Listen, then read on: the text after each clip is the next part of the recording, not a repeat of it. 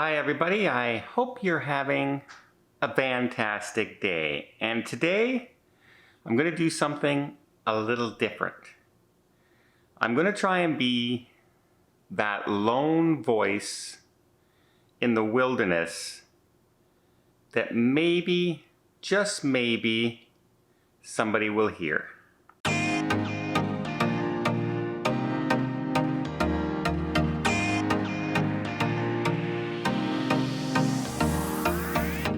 So just quickly before I start, I just wanted to ask everybody out there, I don't do this, but for this kind of reason, I think it's a good idea to request this, if I may, from you folks. If just below the video, there's a share button.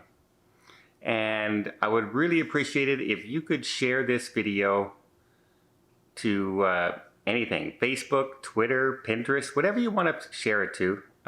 Just one time.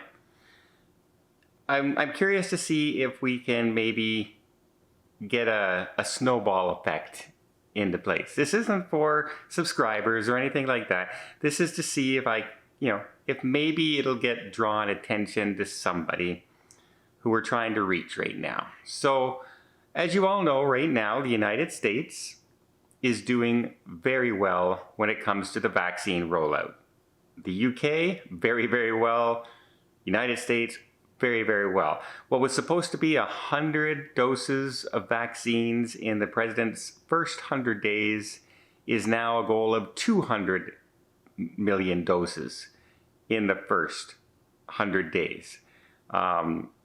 States are opening up, travel is opening up internationally, you don't need to get tested anymore. Things are looking much, much brighter in the United States. Unfortunately, here in Canada, it's the exact opposite. In fact, our case count now has never been higher during the pandemic. That's right, even during the second wave at Christmas time in January, when all the cases around the world were way up here, we are now higher than that right now. And our vaccine is being put on hold, it's being put on delay, they're not coming in. We have if you're talking 2 doses, we have less than 2% of the people getting doses have gotten their second dose yet. I have just had my vaccine last week, my first dose. I'm not scheduled until August.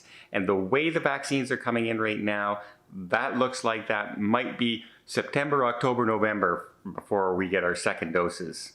That's how poor we're doing here in Canada. But that's not really the conversation that I want to have today. Right now in the United States, there are 78 million doses of AstraZeneca vaccine that are sitting on shelves. The United States has not approved them yet. You guys in the United States are doing so well with the vaccines that you have right now, with Pfizer, Moderna, and, well, Johnson & Johnson will probably get approved again shortly after they do this study. But even so, the 2 big ones, you're already up to getting close to 200 million doses given out with just those 2 vaccines. And if you ask the people of the United States which of those vaccines they want, those would be the 2 that they want. Those would be the ones that there are concerns over the AstraZeneca vaccine, and there's a reason the FDA hasn't approved it yet. They don't need it. They don't need to approve it because it's already, you guys are doing so well in the United States. But you know who has approved it? Canada's approved it. And we don't have vaccines at all. Yet United States is refusing to sell, loan, ship any of the AstraZeneca vaccines. They gave us 1.5 million. The reason they gave us that 1.5 million is they were about to expire in 3 weeks.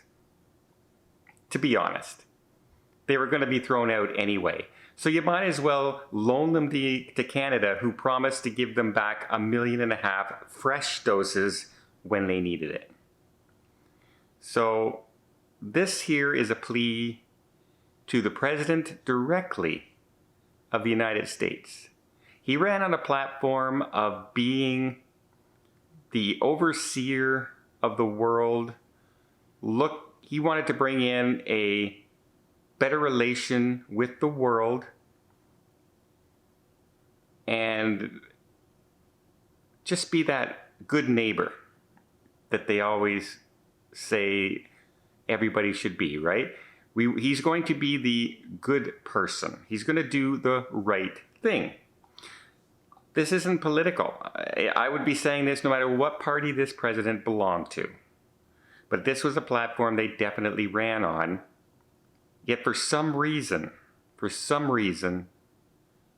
they will not send any doses to Canada, or even Brazil for that matter, who's asked for the same thing. It kind of boggles the mind of why. Because these do have an expiry date. And they will expire.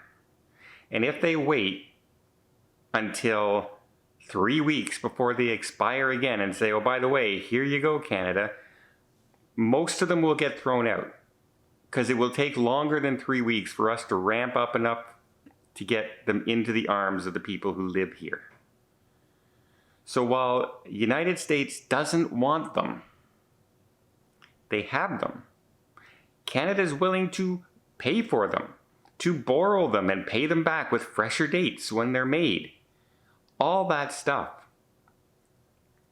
But so far, messages from our procurement minister, calls from our prime minister that's supposedly going on.